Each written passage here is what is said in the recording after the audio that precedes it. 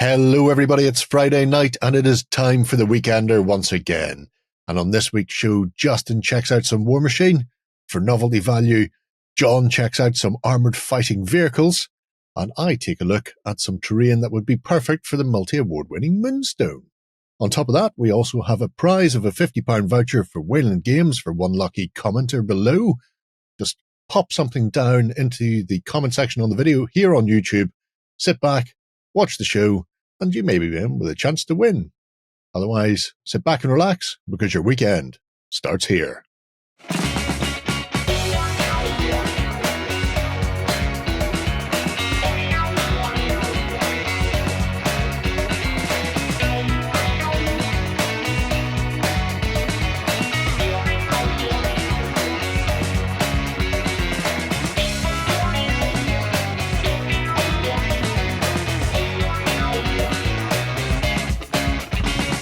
Hello everybody and welcome to the Weekender. I'm joined today by Justin and John. Hello. The gruesome twosome who are almost both bald.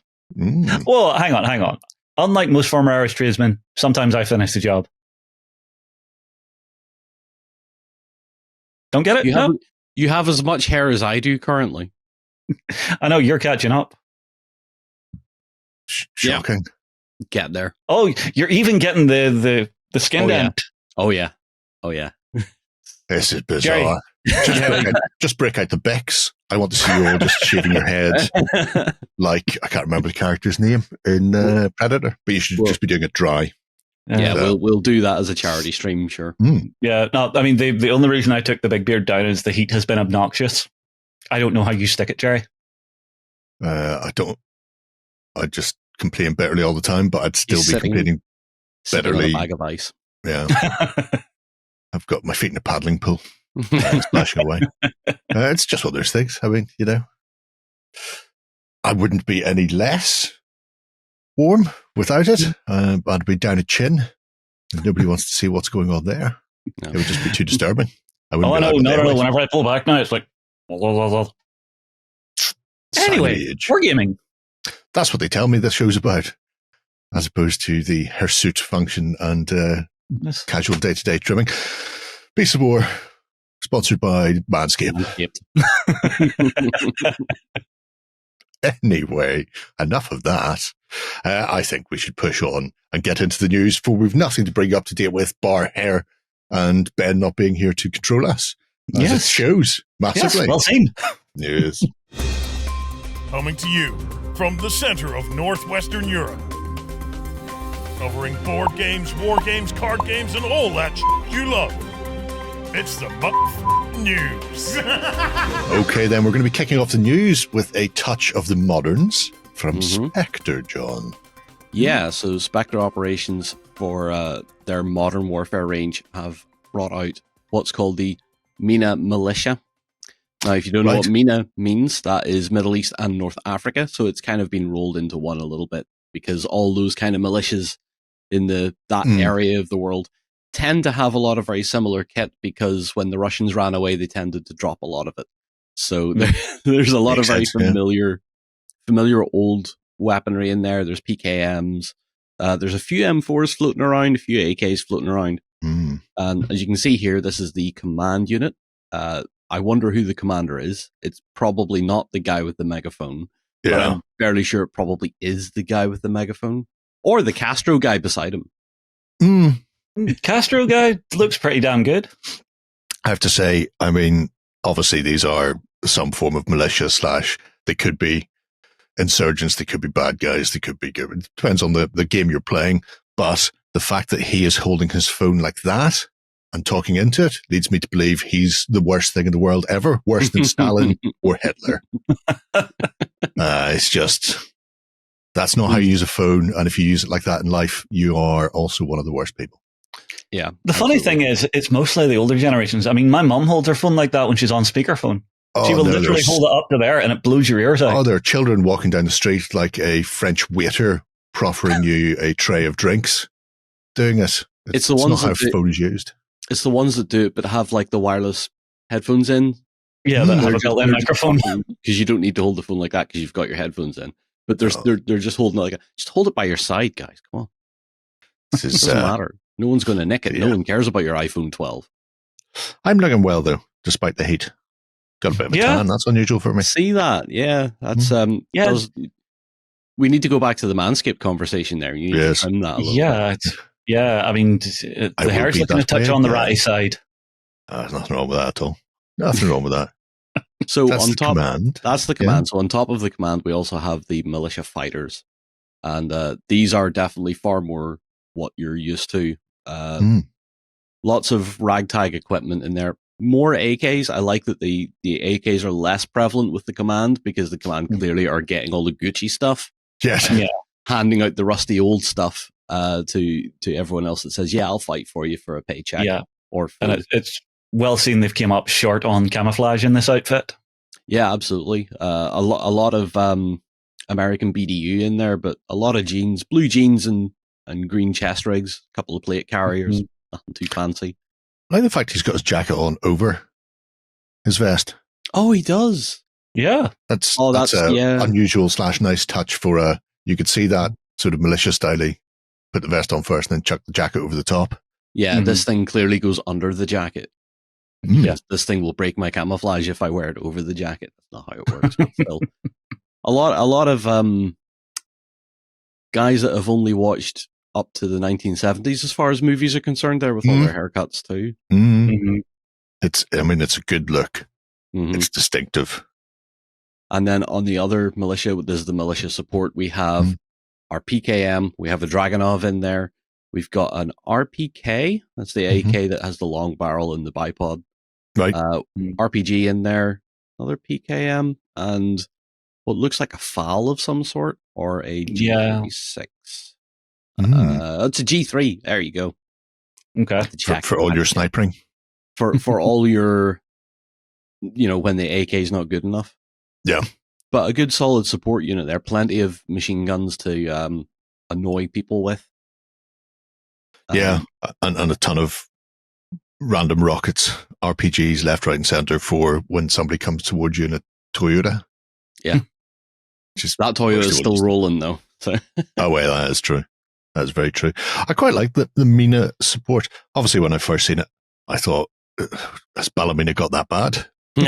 And probably is the answer. There's another jacket over the top.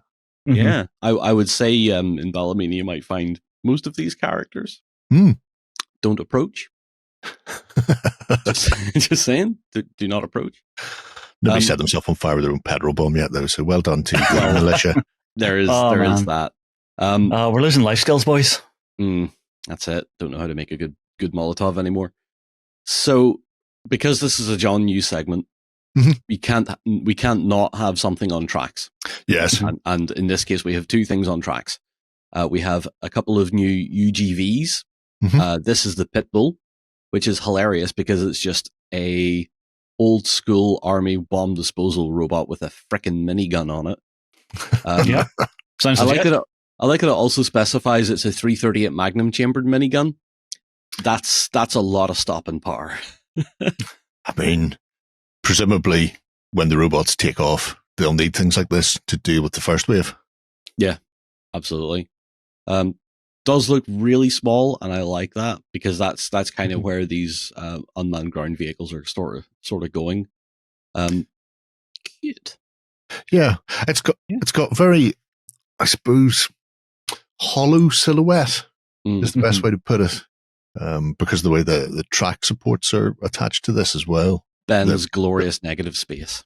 Yeah, but just imagine if people are attempting to shoot that, all you're really hitting is armor. I'm assuming there's not a huge amount of armor on a UGV anyway, but yeah, and it's probably tiny, so it's hard enough to hit already. Yeah, and it's stupidly low to the ground as well. So any wreckage or rubble around, good luck getting past it. That's it. However, the next UGV is not as small and cute, and this is I need to remember the name of it, the Marker. This actually kind of follows a couple of designs that are currently being played with out in the field. I think the Germans are making something that looks quite similar to this. I may be wrong, I may be right, I can't remember. But they were using it for close infantry support and medevac. So they had because you've got You got space in the back. Yeah. And the one they're playing with has enough space to lay a stretcher, or some of them have two stretchers wide, and they can carry in the back. So that's cool. This boy has what looks like a nice machine gun, which is probably a PKM. Yeah, says PKM. Mm-hmm. Yep, does say PKM, and small anti-tank guided rockets. Sure, I would not give a robot 80 GMs, thanks very much, but it's the way to go. Apparently, this one's based on a Russian drone surprise me type of affair. So I imagine there's probably not enough room for a stretcher on the back of that. Just as it drives past, if you can please put your weapon on it, and we'll take that back. You can make your own. Just a single meat cube, Jerry. Just a big meat cube in there. Yeah. I had to remind you of that. To be fair, I was thinking about it whenever you said stretcher, and I'm looking at that little space going meat cube. It's a very square space. Yeah. Interesting set of things, though, especially for Spectre, because obviously it's a very narrative-based game. But the idea of having little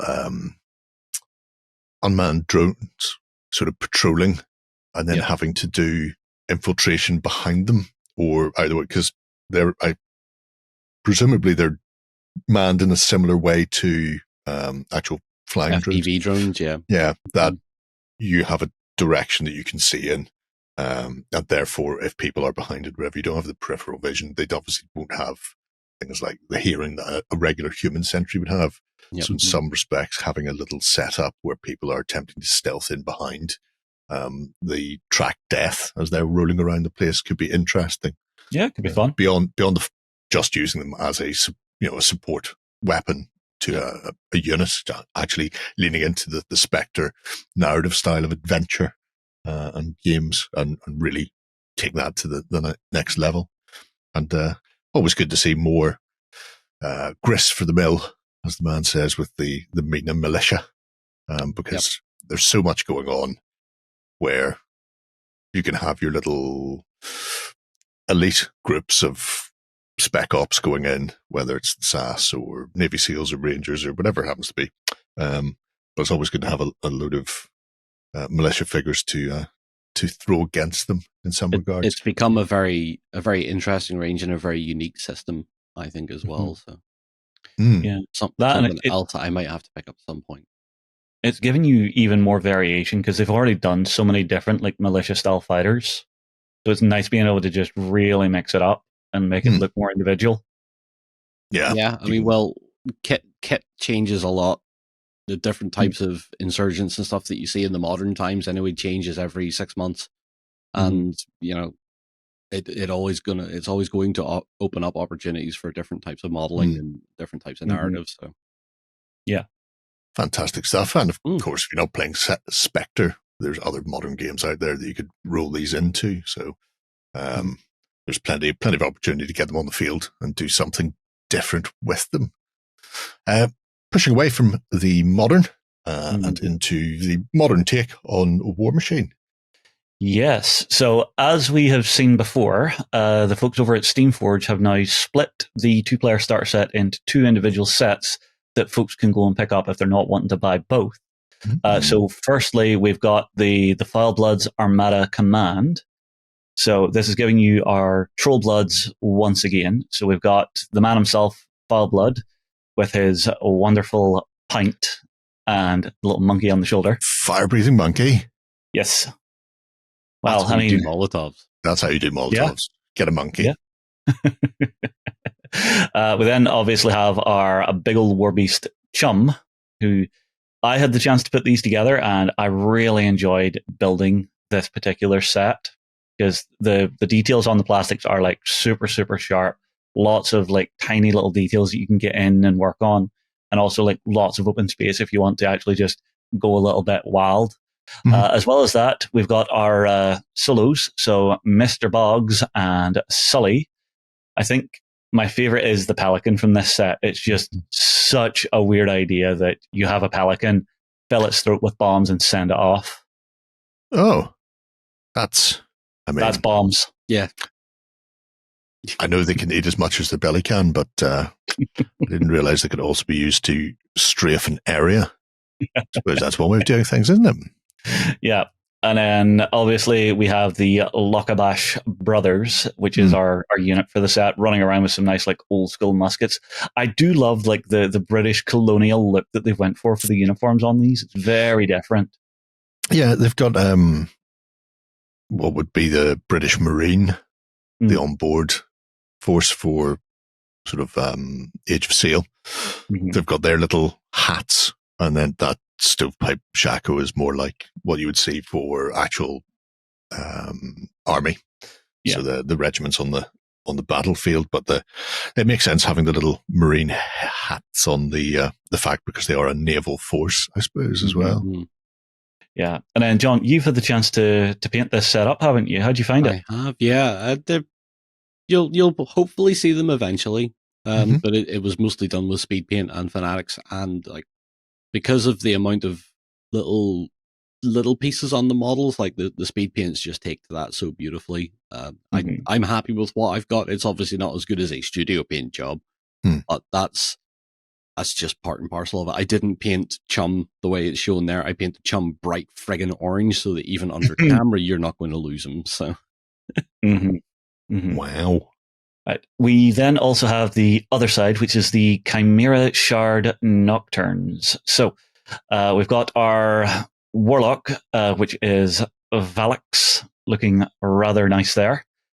Then the Warbeast, I am probably going to butcher these names, so I'm going to apologize now. So we've got Aklis is our big Warbeast. We've got our two solos, which is Pythia and Regulus. And then we've got the Shades as our unit. Now, I will say, when I was building these, the way they're split up is a little bit weird. Because between it, they went shoulder to hip, down at the bias, down an angle. Yes. And then split it into three. So you had the central body section, the outer bit with an arm, and then the lower bit where it moved on down through into the legs. It was kind of confusing. But I will admit, I was building these before the instructions came out.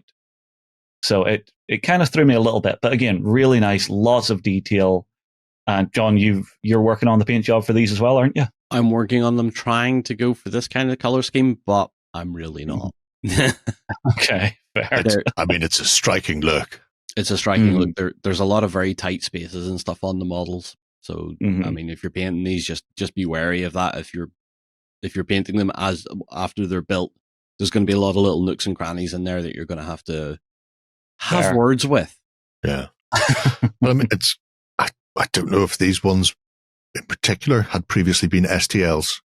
But obviously when they've been doing the STLs, they've been able to put a lot of intricate parts, gaps in weird places you wouldn't expect, that sort of thing. And potentially that might be one of the reasons why the plastics have the unusual 3D jigsaw look, because they want to try and keep them as close to the other Khymaera bits and pieces that are 3D printed.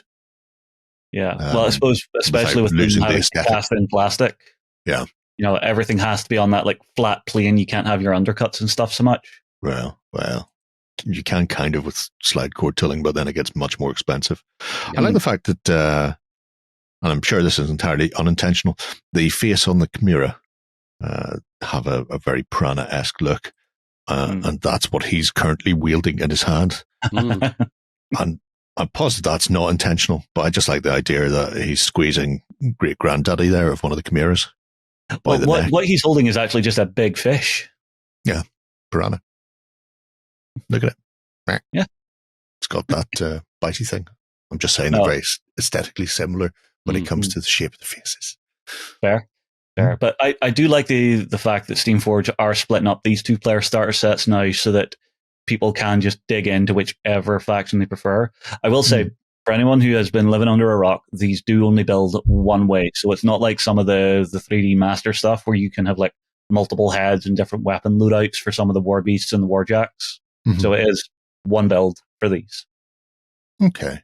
I mean, but they are all character units. They're character war based and things. So they are essentially a unique set of figures. You don't need to build them in multiple ways. So I suppose that's why it's kind of gone that way to give the overall aesthetic behind them, to make them all that sort of unique. And then if down the line they happen to go a bit more generic, like pick a unit that's generically whatever, if for Trollbloods or thing. At that point, then they can go, well, maybe we'll multi-part those.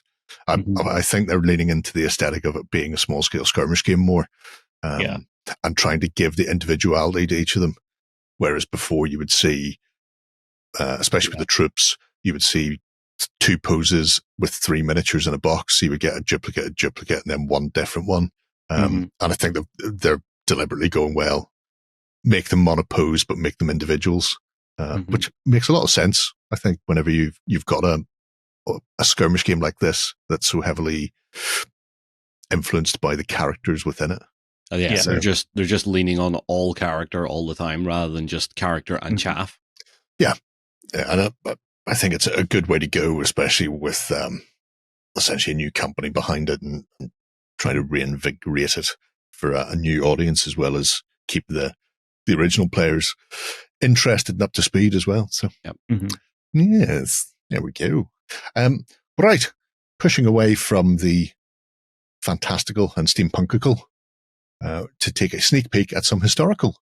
And recently, Antediluvian Miniatures have been showing off some work by the delightful, talented Mr. Bickley. I think they made a film about him. Can't be entirely certain. But these are some English reinforcements that are going to be coming for the Wars of the Bruce. So I'm assuming these are both going to be one pack. So pack of crossbow, pack of spears, but nothing is confirmed. Some more sneak peeks may come out, and it may be that these are actually models that are going to be split across different packs, so we can't be certain. But first ones are English crossbow. They are absolutely stunning sculpts. You get a nice variety of both equipment in terms of their armor and accoutrement. So you've got different styles of pot helm, kettle helm, that sort of thing. And then also with the sort of light armor on them. Some have got pleated and some have got quilted gambesons on them. Some have got chainmail coifs. Others have got just cloth sort of things as well. So it has a really good look for a set of skirmish figures. And as you can see from the crossbow here, one firing, one reaching for a quarrel, one loading, one cocking the crossbow. It's a really nice set of 4 figures, which if you're playing a skirmish game, the likes of, Rampant or possibly even Pillage or Saga down the line, for example, when they stray into the medievals, you've got a nice, small, diverse group that have a really good character to them. And if you happen to just be building for big, proper war game, lots of rank and or file, then just having the variations in poses means you can quite happily get a set of 24 figures on the table, and you're going to have your back rank as a mixture of people loading, and then your front rank will be people firing or prepping for it. So you've got a nice diverse set of figures in there. And of course, if you've got crossbows on the tabletop, then somebody's going to want to charge into them, stab them up, or otherwise brutalize them. So to that end, there's also a set of spear have been teased. And again, English reinforcements for the Wars of the Bruce. So it's early 1300s. But if you wanted to use these for 100 Years' War or Crusades or do some Genoese and sort of fighting out in the continent, they will fit into a lot of armies across the continent in the period as well. That is a question I always mean to ask you, Jerry. Mm-hmm. Yes. When we're looking at stuff like this, and you're saying it's that it's early 1300s. How broad is the span of that kind of stuff being relevant? Like when do you see that sort of equipment change or shift? I mean, a lot of the stuff they're wearing here, obviously being foot sloggers, there'll be certain pieces that you could get away with earlier. So the sort of the round pot helm, chain coif, and the gamby will push back a fair bit. The kettle helms, when they came in, stuck around for a little while, and then so the brim sort of appeared, and then the brim disappeared again. So you can almost go from like a Norman conical helm with a nose guard to this, where they lose the nose guard, and then they get a brim, and then the brim disappears. So you end up with a space of maybe almost 100 odd years give or take, as sort of fashions change and people go, oh, if you've got a brim, you're less likely to get battered. And then they discover that brims maybe get in the way for some types of fighting, or when you're in a Shiltron or things like that, and then they slowly disappear again. And then you've always got the sort of caveat alongside that of, as time progresses, better armor exists, therefore older stuff or crapper troops will end up with this sort of gear. The older gear, yeah. So when you start heading towards the sort of later period of the 14th century, you'll see the knights will start to really up armor, but then you'll still have foot sloggers who'll be kicking around with. The Quilted Gambeson did the Lord's own work for several hundred years because it was cheap. Two bits of leather and then some rope in between, just to stop blows and off you pop. Which is especially noticeable on things like that. It was that type of style. So yeah, they'll work for a range of nations across Europe, and also very broadly, 13th to 14th century, sort of mid 13th, then all the way through most of the 14th, and you can quite happily run them ragged left, right, and centre, and the detail on them is really nice as well. Yeah, I will say, between all of these, you could do a lovely little diorama of just like a corner group of crossbowmen with these guys coming in like the corner of a castle wall or something. I think it looked really good. Yeah. The interesting thing for me with the spear is you've got two that are very dynamic and pushing forward, advancing, and then there are two that are set. And this is why I'm wondering, they might just be one pack with them like that, or we might just be, because these are previews, seeing a couple from a set pack who are ready to receive. And Matt's done this for some of the others where they've essentially formed a hedgehog. So you can have, the very back one is quite high with his spear, and then all the way down to at a 90-degree angle, sort of parallel to the ground. And then maybe there'll be a set that's more progressive, advancing, charging, what have you. Like I say, it could go either way, but they've done enough already as far as generic spear and Scottish spear and Shiltron and stuff like that goes, that you could do that little crossbow being protected by a spear block if you want. They've only had a few characters so far, the Bruce and Douglas for the Wars of the Bruce. So I imagine at some point we'll see some of the English nobility, maybe even the likes of Longshanks himself. I don't think they've done Wallace. Don't know if they'll bother doing Wallace because it's specifically termed as the Wars of the Bruce. So it is that early 1300s sort of. I think it's technically the second Scottish War of Independence, but don't hold me to that because everything blurs. But yeah, a nice set of previews. I can't imagine it'll be long before we see them cast in metal. Obviously, these are the sort of beeswax or putty sculpts that he's working on, but they will be single piece metals in the main. I don't fancy casting those with the shields on the arms. No. So maybe the shields will be separate, although I won't be casting them. So maybe they don't care. And we're going, we can cast the shields on the arms without a problem. Yeah. Don't know what you're worried about. But cracking set of sculpts from Mr. Bickley once again. And, almost makes me want to do medieval. I'm not going to do that. Yeah. Surely just a couple just to play with, Jerry. Just to have because they're lovely. Doesn't mean you're playing it. No, that would be like 90% of my collection is just to have. Doesn't mean I'm playing it. That's what I'm trying to avoid. Does it not gall you that there is a gap in your miniatures collection timeline-wise? That's fair. I'm not attempting to collect the entire history of mankind's military advancements. No, it doesn't. I'm quite happy to get a gap in there. Okay. Yeah. I think we're going to have to get away from this news and look at something else to distract these two. I'm trying to distract me by buying more medieval stuff I don't need. So let's take a look at some 3D printing.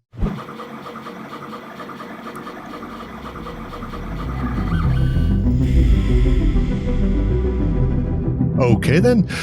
We're going to be looking at some 3D printing from Ezipion.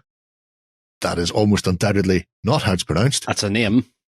It is a name. I'm pretty Could it be more sure. Italian? Ezipion. I think he might be Spanish. Cheesy okay. peas. Cheesy peas, please. Now you can get squeezy cheesy peas. These are But lovely. the sculptor in question is a fellow called Israel, who has sculpted for GW, for Mantic, for Weird, and a whole host of others. So he's a really talented sculptor. This started off as just a place where he wanted to sculpt weird stuff for himself that wouldn't go anywhere else. And then over the years has increased in size so that now there's a whole host of things, as you can see, some historic, the likes of the 14th century knights. So these would be the very end of. And then there's a horror / fantastical slant behind this as well. Also, there's a game lurking in one of them, which is Castilla Obscura. It looked like at some point it may have been physical. I can't find it on the internet anywhere, but I think you can download the PDF and the tokens and stuff from here. And there's still new bits and pieces being released for that. Recently, he did some Lithuanians. But if we start off, we'll start off with the, I suppose, the historical, and we'll get gradually more fantastical as we go. I think a few weeks ago, I was talking about the fact that Bretonnians used to have the pot of your fire pot bolt thrower cannon. Now you too can have one on the tabletop in an old school Bretonnian army if you fancy playing 3rd edition or earlier. If you fancy playing anything later than that, then you probably don't drop that figure in there. But really nice range of medieval figures that is done. There's a free sample of some bowmen in case you want to make a massive unit of bow of just a single pose, like the old plastic Bretonnian from the 5th edition box set. You mean every current old world archer? Yes. Mm-hmm. Yes, that's the one. And as you can see, I could see a massive triangle of him just staring at your opponent from across the tabletop. Nice looking figures. If people are wondering about size, they are sculpted to be 28/34 mil, he lists them as. So they work within that range. But if I nip into the Lithuanians very briefly, this was his most recent pioneer campaign to add Lithuanians from Western Europe, which were quite delightful, as you can see. I don't think these are on the site just yet, but there's a comparison between Napoleonic Perry miniature, and then there's a nice little Hussar and one of his knights. So scale-wise, they fit in very nicely with the majority of sculpt / plastics that you'll be picking up off the World Wide Web of internet. They're very tidy looking. Yeah. His stuff is, having worked for so many of the big companies, obviously the quality of a sculpt is right up there. Yeah. These filthy Teutonic looking fellows are coming your way. Mm-hmm. People are ready to get absolutely shat right up by those. This is leaning on the more fantastical side of things, but there's some really cracking sculpts as you start to flip through the various sections. So I'll try not to spend too much time lurking in here. Just show off a few of the bits and pieces. The massive cavalry wedge. Obviously, for so long, Bretonnians haven't existed. I don't even know if they brought them back yet for the old world. I don't think they... Well, no, they have kind of. Yeah, they did. But they updated them, did they? They did something. They added like 2 new characters. I think that might be it. Quite the height of it. Yeah. I like these because they will fit nicely into a historical force, and you'll quite happily field them as Bretonnians as well if you want to go that way. That cavalry lance is absolute sex. Yeah, with their horse curtains up and down the line. And nobody has fielded a lance like that since forever. And you too can put all of the massive crests on the helms if you want to be particularly tournament based. Or if you don't want to have your head knocked off, then just leave them off. But away from the 14th century Knights, there is a whole host of things medieval and fantasy. Reinhardt's company is quite cute. It's a Empire adjacent / Dogs of War. Mm. So again, for fantasy fans, if you're looking to print yourself a little army of stuff, then you can get yourself a cannon, some cavalry and infantry. They obviously have the really defined / silk look that you would see with the Empire.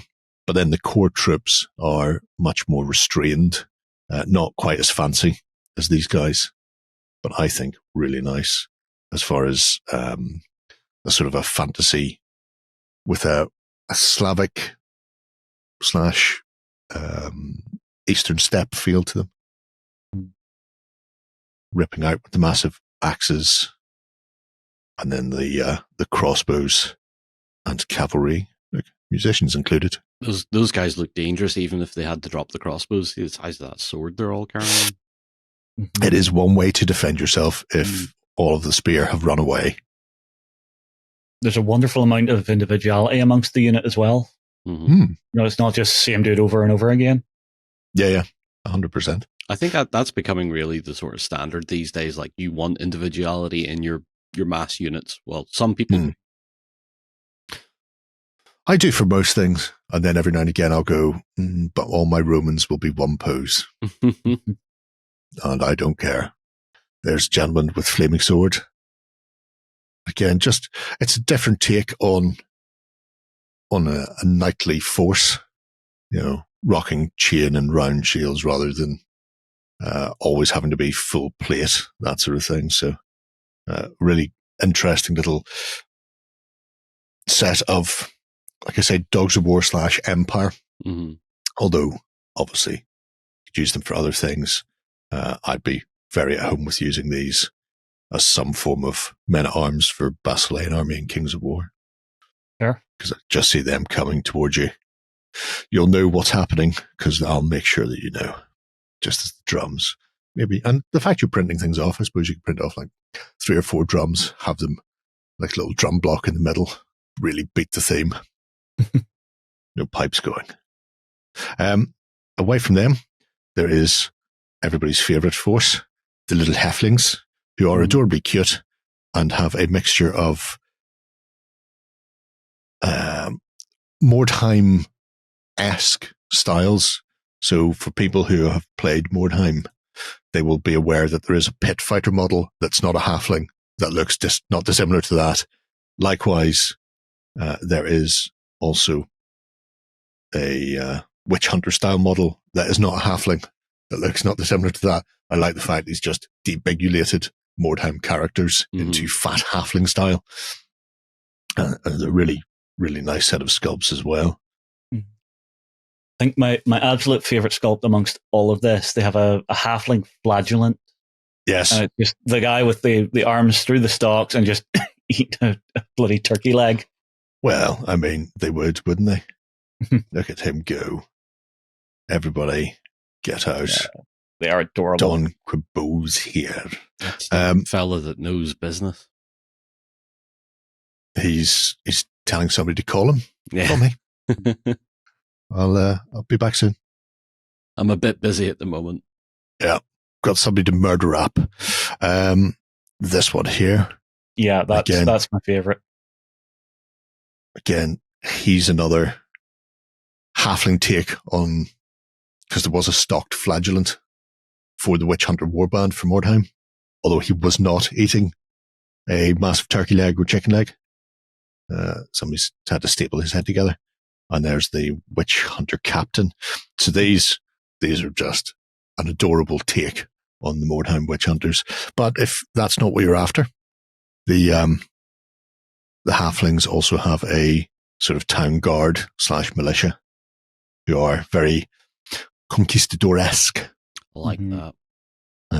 Or you two can have your guards meet musketeers, but all in under 3 feet tall, which is very economical size-wise for storage. Can ride no roller coasters. I know. That's why they're so angry all the time. Very annoyed. This is why they have an attack chihuahua. Well, they do have an attack dog, but it's not a chihuahua. which is the world's most violent dog, as we all know. If I pop back to there, I want to have a look at a couple of other bits and pieces. First up is the medieval dark low fantasy. Again, some of these we'll have seen already, because they sort of float between the medieval and here, where they can get sort of double use. But I like things like this villainous fellow who's may or may not have captured that hawk. Can't trust some people sometimes, but maybe he's just a nobleman on his horse. What I will say is, for the old reviewers, there are some interesting figures later on, and I didn't just pick this 3D print because there was a Lord Balin. Mm-hmm. Definitely not Skull, I promise you, although he does seem to be deflecting bolts with his sword. Mm-hmm. So I may have picked this. That's a very light grip on that sword too. Yeah. Well, I mean, he makes easy work of that light. Well, it's not a saber because it's got two edges on it. So, but he's got a distinctive look to him, and I'm 100% on board for this. I also like the fact that you've got deflecting bolt, and if you don't want to do that, you can just have the regular sword. Mm-hmm. So you don't have to worry too much about him looking odd carrying his bow or his shots with him. He's an absolute classic. And then the rest of these are full on, again, Bretonnian style fantasy knights. So you can do a whole host of forces. So if you want to go for the Brotherhood of the Green Lady, or if you want to go Bretonnians, you can get some really nice diorama style poses. He's missed that shield's not been in the right place, has it? No. You are enter dumb. Comment here that grip is wrong for that type of shield. I promise you will read it. But yeah, he's a thundering fellow. The delightful deer knight. So, formerly of the Knights of Knee. Yes. Mm-hmm. Now, Eki, thang. I can't remember it all. Goes on too long. Heads. Oh, hello, Jerry. This section is the section that has your game in it. Yes. That's why I'm here. Okay. Dragon Knight. A dragoon, perchance. Yes. He's a cracking looking fellow. Yeah. Absolutely delightful. Also, a whole host of foot creatures, beasts, and nonsense. The undead are particularly fun, and there is Vespers of Sorrow. Like I say, don't think it's available physically, although based on the pictures, it was at one stage in some regards. But this does contain everything you need for the skirmish game, the 2 factions, the starter guide. I'm guessing the poster will not. Well, maybe the PDF of the poster's in there if you're going to be printing stuff. Time will tell. There's a Mr. Pyramid Head fella and his lovely friends, including this. Leshen? Or is it just a guy with a massive hat on? Who knows? I really like that monk / priest. He's got very Evil Dead 3, Army of Darkness vibes to him. Their version of Merlin kind of looked like that, especially in that light-coloured robe. And that bell, I feel for that donkey. Because that's not going to be light. Possibly put that on a cart, people. Be a bit nicer to your things. So I'll be fascinated to see how this actually plays at some stage. It is available in Spanish and English. So if you're outside of those areas, I don't know how you found this video, to be brutally honest. If you're watching us, then, go nuts. English language is there. There are a couple of other heroes that I have to look at. Etienne of the sunken city of Avion, or Rook Gahar, for anybody who's seen Lady Hawk. So you two can have a absolutely tremendous night laying all around him, and you'll be pleased to hear again, if you're of that vintage, like myself, that he's also available mounted with said Lady Hawk on board. That probably means nothing to either of you. Nope. I think it would have been early 80s. I've heard the name, never had a chance to watch it. Might be worth going for a look. Oh, yeah, it's a cracking film. It does have Matthew Broderick in it as the comic relief. Oh. Spectre Gadget himself, but he kind of everything. He was young then and less annoying, moderately less annoying than he is now. But it's worth it for Rick Gahar's character. He's just a guy who really doesn't get on with anyone at all, ever. And you'll find out why when you watch it. Okay. But that is a stunning sculpt.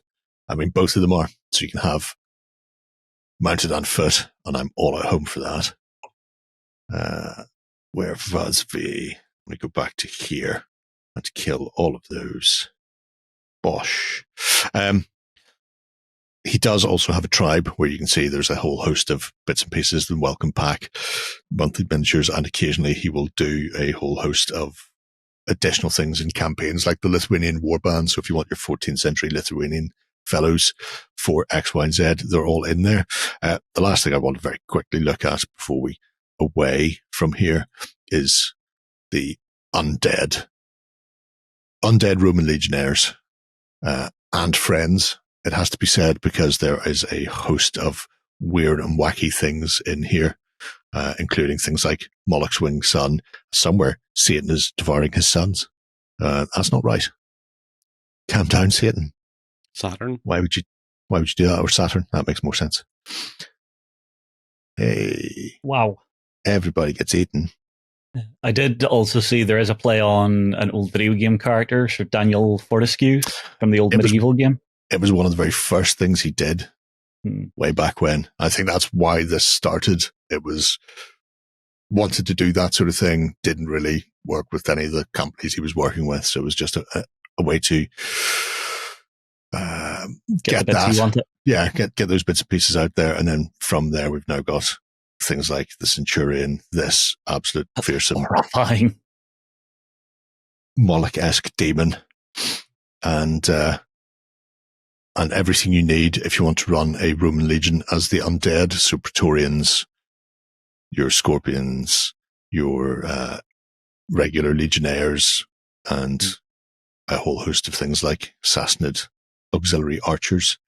So all are there. See what I mean about one figure is all you need, mate? Don't even have to think or anything. They're all marching properly, like proper puppets. I really like the Testudo as well. Turtles are fun. Work. So yeah, really interesting little set of figures. Mostly, like I say, historic with that fantasy / horror look to them. If you're after anything for Kings of War or the Old World, it's a great place to start looking. And I just evil undead Romans. I mean, it's a great look.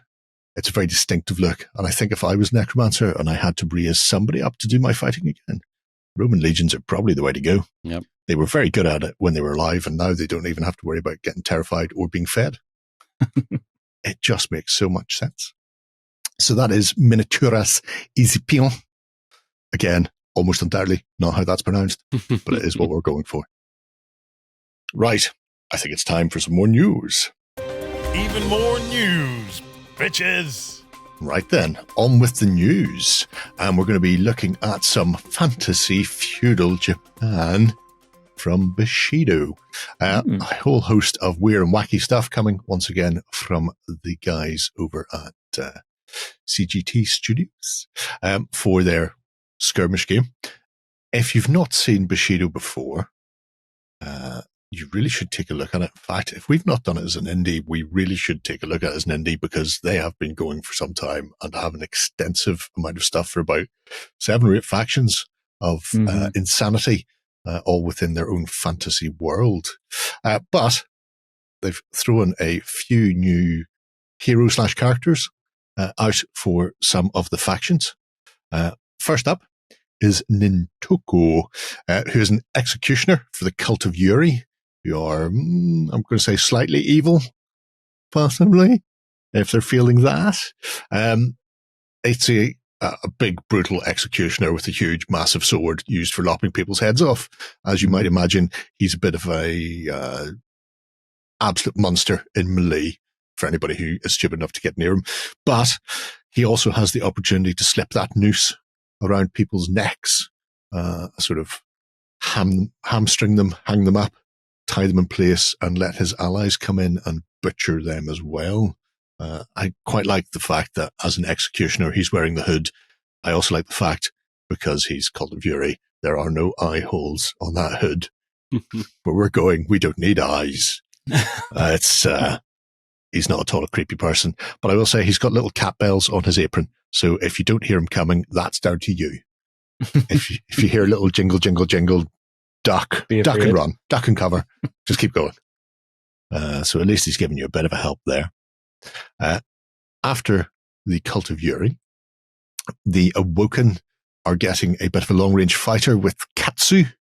As you can see, he's got one of those massive longbows that the samurai and their ilk used during feudal Japan, so he can reach out and touch people.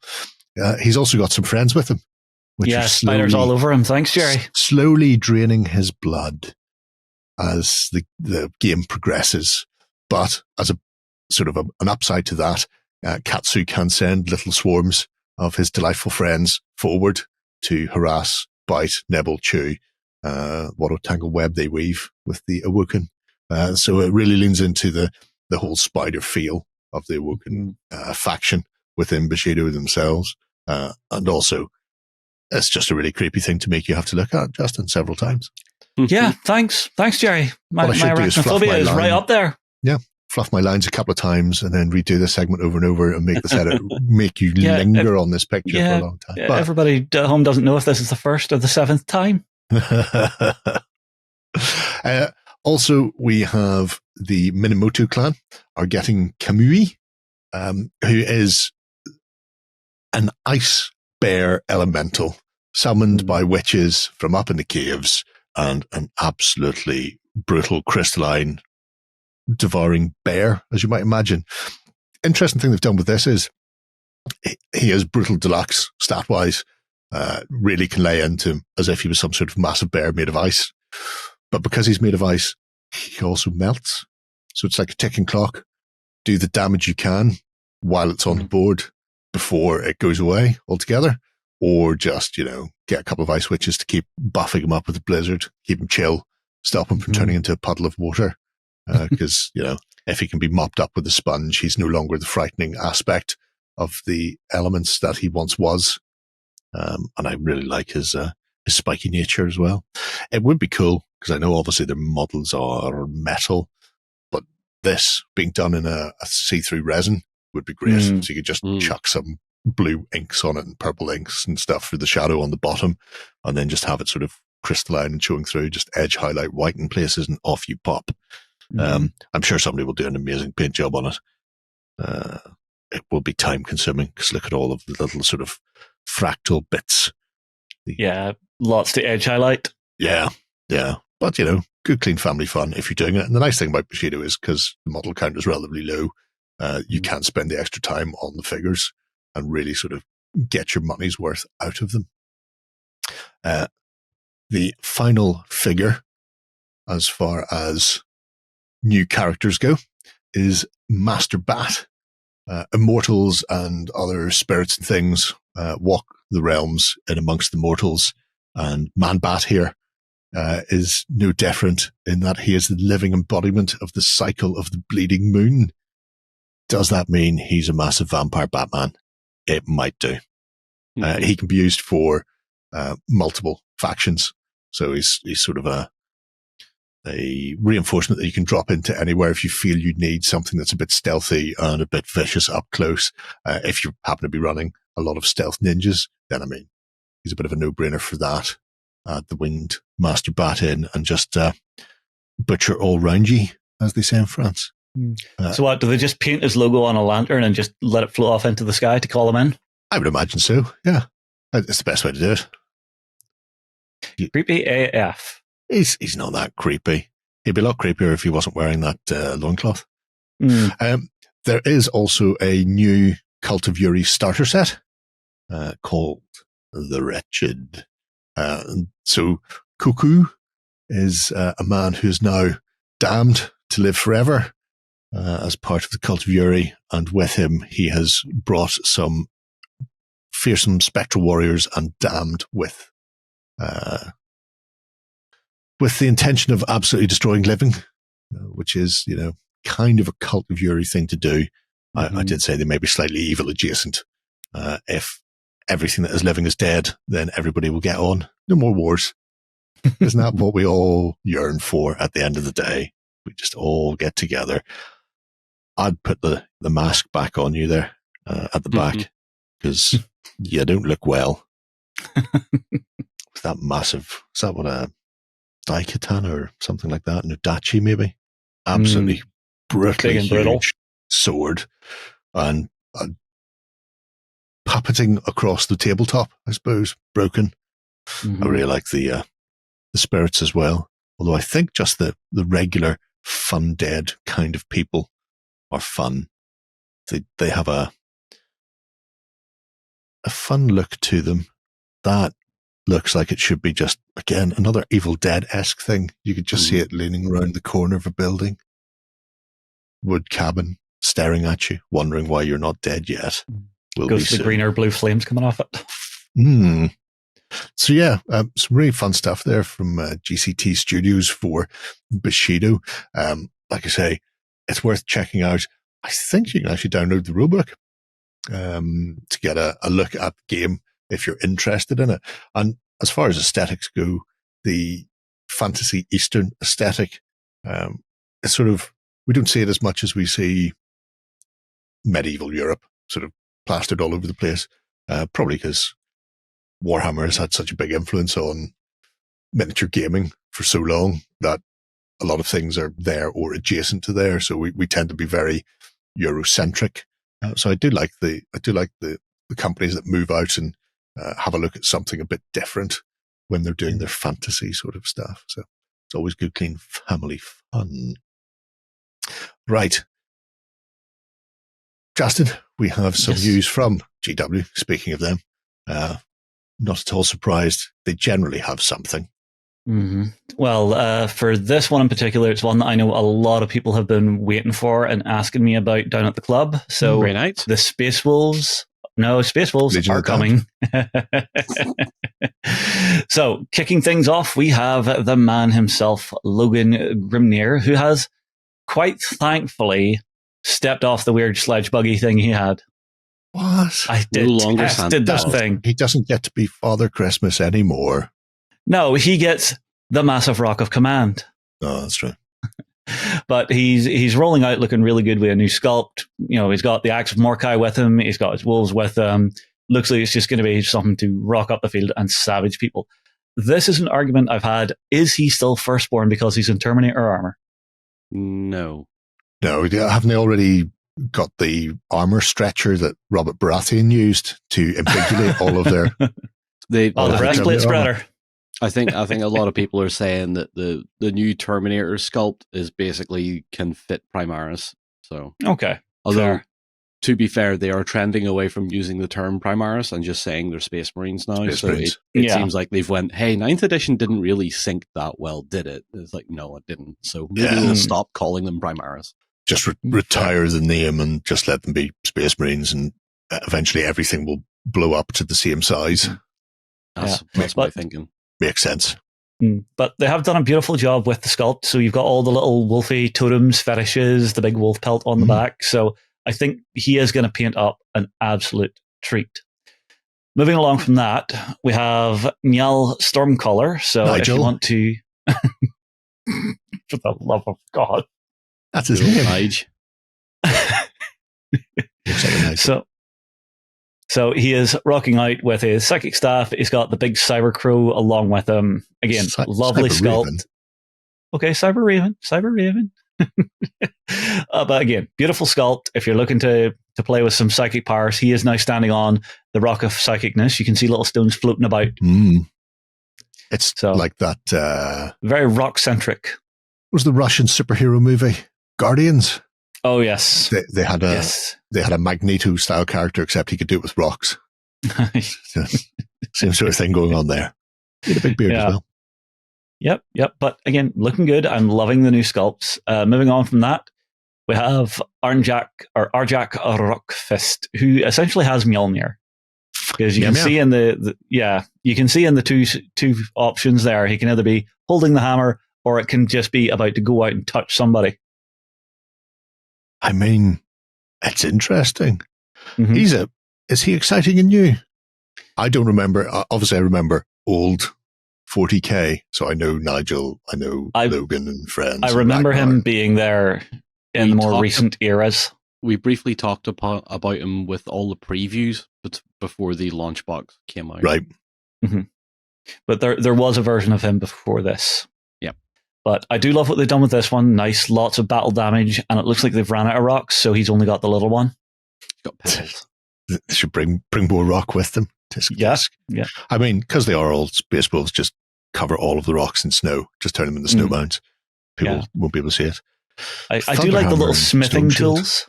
Yeah, I do like the little smithing tools that are hanging off his belt as a nice touch. And then again, just all of your little runestones and stuff as well. So very wolfy.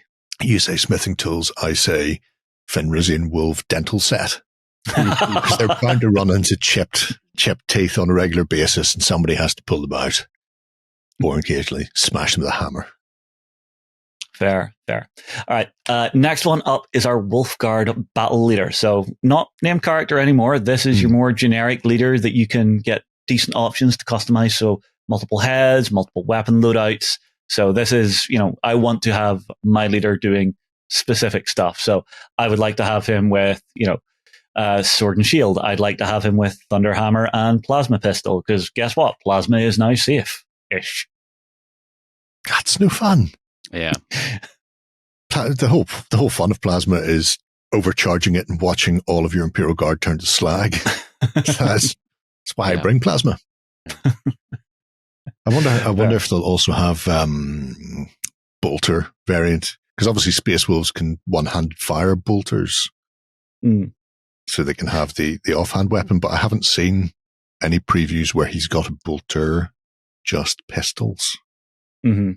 Well, we do have the next one up does have a one-handed, big, heavy bolt pistol. So that's our Wolf Priest.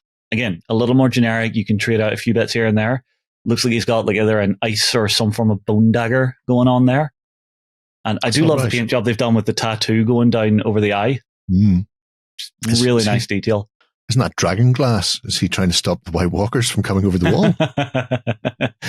It could be obsidian. You could paint it that way. Well, it's not a million miles away from it. I do think all of the bear heads are the way to go. Yeah, we've said this before. I think only the priest should keep the helmet on. Because that's more of a chaplain. Wolf skull. Yeah. But even taking that old man looking head from that and popping it onto maybe your wolf leader, if you get both, I think that would look really good as your commander. I'd stick him into any of the Wolf Guard armor. He's a grizzled old vet. Depends. Yeah. It depends how the models go together, because they seem to like making these monopose figures kind of it fits a certain way. Really not interchangeable. Yeah. You'd like to hope, because of the way the hood's on that there might be. Oh, he's got a cowled hood at the back there, though, doesn't he? That cowl will probably be part of that hood down. Yeah, so that will probably come in there and link into everything. Maybe. I'm sure there are people out there who will have no problem converting this. Yeah. Razor saw and some. I was going to say, get a knife out, carve. Yeah. Speaking of elite warriors, next up we do have our Wolfguard. So nice, big, chunky, burly axes coming for your face with Stormbolters. You can do the old classic Thunderhammer and Stormshield. You can throw in your Power Fists and stuff. You've got your Assault Cannon, so it's all the old favorites are here. And yeah, these guys look a bit more old, a bit more grizzled. They've been through the wars, which I quite like. He looks like Fu Manchu. Does it? Fair. Very white scars, actually. Yeah. Don't know how he's crept into the Space Wolves. Somebody should deal with that. I do miss the chain fist for my heavy weapons, just in case anybody gets close enough that you want to give them a wee bopping, just to keep them out of your way. They are nice. That's fair. They are a nice set of figures. Mm-hmm. Yeah. And again, overzealous. A good solid unit to always throw in. Although I do remember, I don't know if you'll still be fit to do it, but I think you used to be able to split up the Wolf Guard and send them out as like leaders for units. Yeah. So you could throw extra bits in there, which was always a fun thing for the Space Wolves. It'll be interesting to see if you can still do it. I mean, the nice thing about doing it was that every unit then had a champion in Terminator armor that they could absolutely roll face with. The downside is every time somebody shot at your unit, you would then have to do that weight of fire and so many hits onto the Terminator and so many hits, So it was a bit of a faff in designating who's shooting what where and who gets hit. I'm hoping that is separate. I think it is from the looks of things. Yeah. I remember the old set, that was a separate component, so I would hope they've kept that. Because I'm not... You're not overly fussed on it? I'm not overly fussed on it. It might just be, it looks too... it looks like a cheap, fake bear rug thing that he's got and stuck on with a big plastic skull. Aye, fair. But hey-ho. Yeah. But no, it does look like it's just sitting over the top, just with the way, it doesn't look like it's molded in anywhere. It's not like, I can see gaps all the way around it. No, it's definitely molded in. It's molded into the back. It's molded into the back of the torso. I could friggin' guarantee that. Okay. Time will tell. Yeah. Well, we'll have to wait and see. I will say there's a lot less of like the wolfy fetishes and stuff. I mean, you've got like the heavy belt piece that goes on, but nothing really else aside from maybe little runes carved on maybe the odd power fist. I question your Thunderhammer Storm Shield because there's no Thunderhammers nor Storm Shields in that image. Is there another image? No. No, those. I was pretty sure I've read it. If I'm wrong, I will apologize now. Because the thing is, like with modern GW, Storm Bolters, Storm Shields. Okay. You can have, and then you've also got switching things up for assault cannons and power fists. So you can get the Storm Shields on them, but maybe not Thunderhammers. Yeah. Because you know the way it's going to be done in the box set. Like, if you want an entire squad with the same weapons, you're going to have to buy like 3 boxes. Yeah. But that was the thing with these. They were always such like a Swiss Army knife of things you could add to them. The wolves were always kind of like everybody's an individual character on some level. Everybody brings their favorite weapon. Yeah. We're all individuals. Yeah. Right. Next up, we have something new. So we have Wolfguard Head Takers. So these guards aren't in Terminator armor, but they are running with some wolves, and they're running around with axe and shield. So these, I think, look really, really nice. And every last one of them has a wolf pelt over his shoulders. So I guess that's just trying to show they're a bit more elite. They've been out and hunted down a wolf. It's what everybody has to do. You want to be a space wolf. Get out there into the cold. You want to run with the wolves, you got to kill a wolf. And if you're very lucky, come back leading the pack, and not come back as the packs, kibbles and bits. All right. Now, aside from these, we obviously do get the classic core of it. So we're getting some Blood Claws and Grey Hunters. So Blood Claws, chain swords, bolt pistols, rock and roll. They are a bit wee, a bit woo, and their leader can have a lightning claw by the look of it, which is quite nice. Yeah. We've mentioned previously as well that the armor is more traditional, almost firstborn-esque kind of armor. There's not a lot of the flourishes that the Primaris, the Mark 10 armor. Yeah, that, and you've got some of those like classic Space Wolf like planar shoulder pads on as well. So pretty nice. It's what I want, and I suppose it leans into what you were saying, John, where I think they're retiring Primaris as a separate entity, and if we don't mention it, we can just gradually segue into making them just everybody's a Marine. Yep. Yeah. And it's a good place to start with the Space Wolves as well. And then Grey Hunters, bit more up armored. You can still have them with chainsword and the one-handed bolter, like you were talking about, Jerry. Always do that, because you never know when you're going to need to bop somebody up close and personal. And let's face it, in 40K, you're always going to end up in combat at some stage. It is nice between both of these kits seeing the armor type for the chest plate change up a little bit more to be a bit more wolfy. I always like that. It just themes them a little bit more. Yep. Yeah. Instead of having to buy the individual upgrade set, for example. Mm-hmm. At least the core troops and the core model range will have all that iconography on it. Mm-hmm. Yeah, so it's more themed into it, which I do really enjoy. And then obviously, last things, we are going to get 2 flavors of the Codex. So you've got the regular release one and the collector's one with the nice big piece of artwork on the front. Mm-hmm. And then, oh, sorry, John, what? No, just saying. Never mind. Oh, okay. And lastly, we'll get our datasheet cards and some custom dice for the faction. So overall, really comprehensive release for the Space Wolves. I'm pretty happy with it. I'm not seeing any Wolfen, which is interesting. Right. I mean, the 13th Company, they are that type of thing where you just have to go, well, nobody really wants to see crazy Space Wolves coming out of the warp. That's fair. Just leave that. We'll pretend they don't exist. They can go back into mystery and take the Chaos Armor bits with them. And then they've always got the option later on, if they're not actually name checked in the book, that people can paint them if they want to paint Wolfen, or people can just go, you know what? Well, they actually did make Wolfen miniatures. Yeah. Yeah, for the last edition. Yeah. So maybe they'll still be there, but they're just going to run the older models. Or maybe they've got plans to bring them back out in a similar way they brought the Wolfen out the first time round, which is a part of a campaign with some specific army lists in there. Didn't the Wolfen first creep out with, I think, Steel Legion and somebody else? There was like a 4 mini Codex campaign book. The Armageddon War? It may have been the Armageddon one, yeah. So they may have that on the horizon again. Leave them wanting more, isn't that what they say? Yeah. Although that was kind of the other thing where Belisarius Call narratively had like stabilized some of the gene seeds. Right. Gone back in and tweaked people. Yeah. Give them a poke with sticks. It was when all that lore came out, it was like, I have fixed every gene seed, and then everyone went, what about Blood Angels? Like, well, Death Company still exists. It's like, well, how did you fix it then? Well, didn't really fix it. I lied. And I mean, in one of the novels, it was like, oh yes, I've even done it for the legions that fell. Can I reinstitute the Sons of Horus? No. Don't do that. That seems very unkind of him, doesn't it? Doesn't it? Oh, a terrible, terrible man. Right.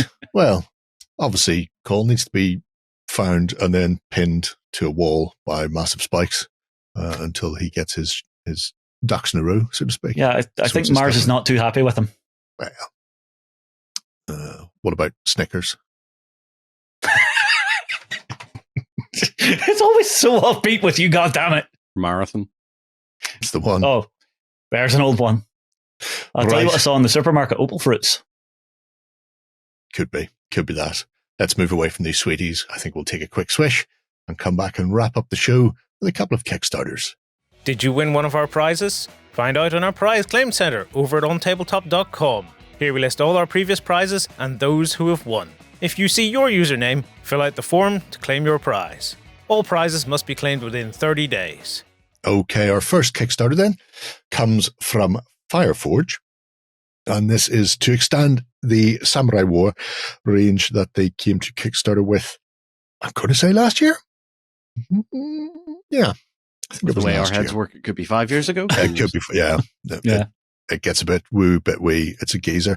This initially had been, I think it was the final stretch goal, but they didn't unlock it in the Samurai Kickstarter. So this is a very small little Kickstarter specifically for the Sohei. So these are the Buddhist monks who had a little rebellion all of their own, came up against samurai armies. They burned bright, and so delightfully vicious they were, leading things like, I think it's the Ikuiki rebellion. So the plastics themselves are ready to rock and roll. As you can see, it's just a case of paying for the tooling, essentially. You'll get 14 heads, 8 bodies, 6 guns, 6 bows, 6 naginata, and a set of 6 scabbarded swords to add to your monks. So it means you can put them together whatever way you fancy. whether it's with the big Yumi or your Tepos, if you fancy giving people a dose of the old black powder in their face. The box set will contain 24 miniatures, so good amount of figures in the box as well. And as you can see, look, spanking gorgeous. If you've been looking for a set of plastic warrior monks, because I think at the moment if you want to get them, you're picking them up in metal from the likes of Grimnar Games for Test of Honor, or Warlord I think have metals as well, and possibly Zenith. I say possibly Zenith. I think I own an army of these guys from Zenith in metal. But anyway, the fact that these are now available in plastic will make life much easier for people who want to do an actual full monk army if they want to do the rebellion, because currently having them as units is relatively easy to do, especially for smaller skirmish games. But if you wanted to field, a substantial force, then you're paying a fair bit for metals across the board. As you can see, these are all painted by Mikkel, who does some absolutely gorgeous stuff and well worth having a nosy for. Interestingly, it's saying that they're compatible with the other kits from the Samurai Wars line, which is nice. Yes. Yeah, I mean, the thing is, you could also use these to a certain extent to build sort of bandit warbands as well. So you could have a ramshackle look of a mixture of armor and the like. But the fact that they're all compatible with the samurais is quite nice. Obviously, the Peasant Rebellion is the way to go. You can pick up sort of army builders or individual boxes in different pledge levels. And it's, you say, a relatively short campaign with a very focused look for it. You can just get in there, pick up the Sohei monks and get on with your life. I think the plan is for these to be available towards the end of the year. October 2025, assuming all things go well. And because it's not multiple sprues for a whole army, this time they just need to do the actual Sohei. Then you should be able to get them around about October time. I would imagine it shouldn't run on beyond there. So it's nice that they've come back, revisited this set of figures that an awful lot of people wanted from the last campaign, but just never reached the goal to unlock it. And they do have a great look to them. I think everybody likes to see a touch of the old ochre and white robes kicking off like ninjas, except better because they're monks. Ninjas always get beaten up by pirates. So they suck. So if you are after some monks for your feudal Japanese, then you can get in here. There is, I want to say 20 odd days left on this. He said, losing the button. There we go. 21 say days 21. left. And it's already funded. So you're absolutely quids in on that front. If you're after them for whatever reason, I may or may not be after some for Clash of Katanas. Fair dues. In fact, I'm fairly certain I will be picking them up for Clash of Katanas because I do need them. I don't really need them, but I do. Oh, you clearly do. It keeps me away from medieval if I buy more stuff for something else. To see how that one works. Yeah. Yes, I see your logic. I'm a very clever man. The other Kickstarter we have to look at is something wildly different. Out in the wildy wilds, it is a fairy village from Mujja. And I'm assuming that's how it's pronounced. It's got double J in it, so you really have to emphasize the J. This is the second fairy village that's being done and could be used for such games as potentially the multi-award-winning Moonstone, maybe. I don't know. You tell me. They are a set of STLs that will give you enough buildings to put together a little fairy village, and then there are some stretch goals and add-ons that can be tacked in if you want to expand it. So if you are playing something like the multi-award-winning Moonstone Discuss, and you need a fairy village to put your fairies in, then this is a good way to do it, because they have that whimsical aesthetic, shall we say, that looks so good on the tabletops of Tauber. He also has camera work very similar to mine, which I'm assuming everybody is approving of there. A couple of different ways to get this. So the first thing is there is a pay what you want pledge level. which is for this treehouse. And as you can see, it is a 3-layer. So bottom tower, middle room, and then top is your roof / massive bulbous tree things that it's growing out of. And this is something I've seen a few STLE things doing, pay what you want, which means you can get it for as little as $1 if you're, just going to go, I just want it. I don't care about it. I always wonder how people judge these things, because I'm assuming a lot of people will go, I will just go minimum. But presumably some people will go, well, there's time, effort, and talent has gone into that. I will pay more.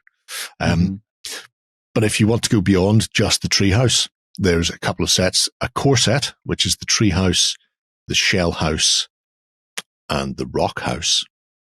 And you can tell which is which based on the things they're growing out of, which are really nice. And then there's the I want everything, the all-in pledge, which is all of those 3 buildings, plus you'll also get your hands on 6 different houses. This weird pumpkin / gourd looking one here with the top on it is particularly fun, but all little sort of small accessorized houses for the table. These have all been scaled for 28mm and are FDM printed and I believe support free.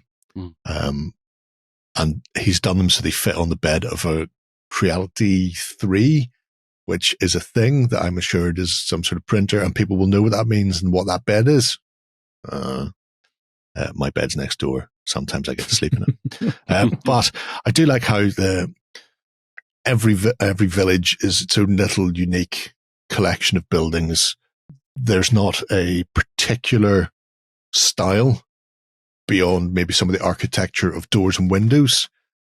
Beyond that, you've got these very weird organic-like buildings that are growing around rocks or in through trees or have bits weaving through them, giant fungi, that sort of thing.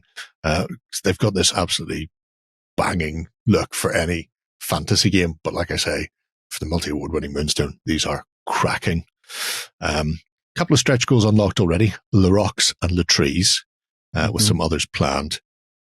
But Mujja and the Forge have been doing this for a little while, so you can also pick up a few bits and pieces from previous campaigns, including the Fairy Village number 1.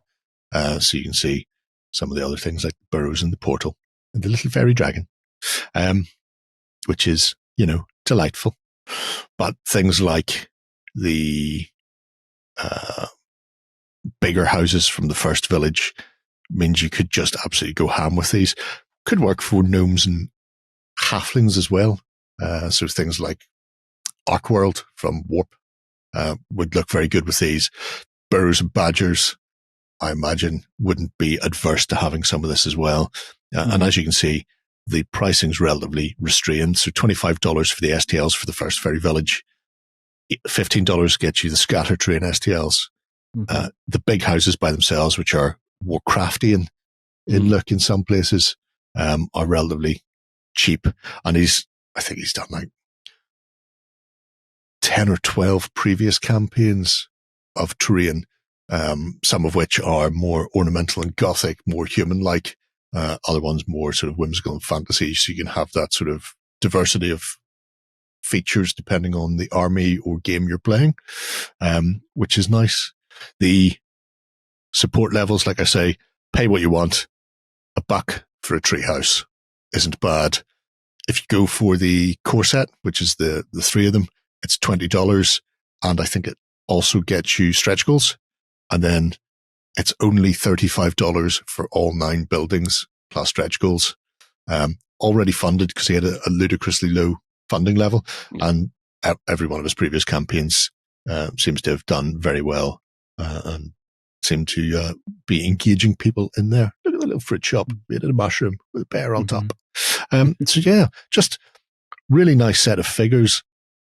Say I'm not a big one for the ones and zeros, but finding the correct sort of aesthetic, the nice architecture that works for specific games is always a tricky one, and especially with something like Moam.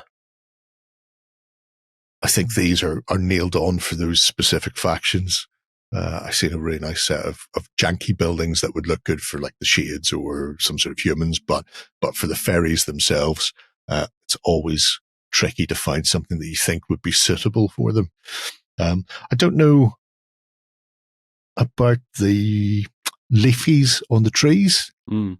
If I was to get these made by someone, I do see there is a merchant level.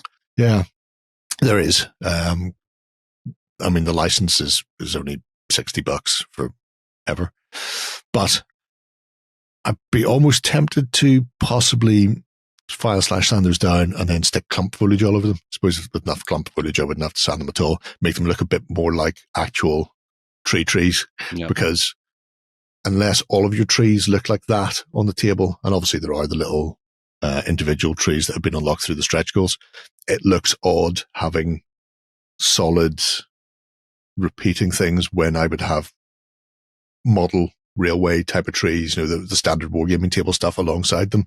It would be too odd a juxtaposition, which is a big word for this time on a Friday.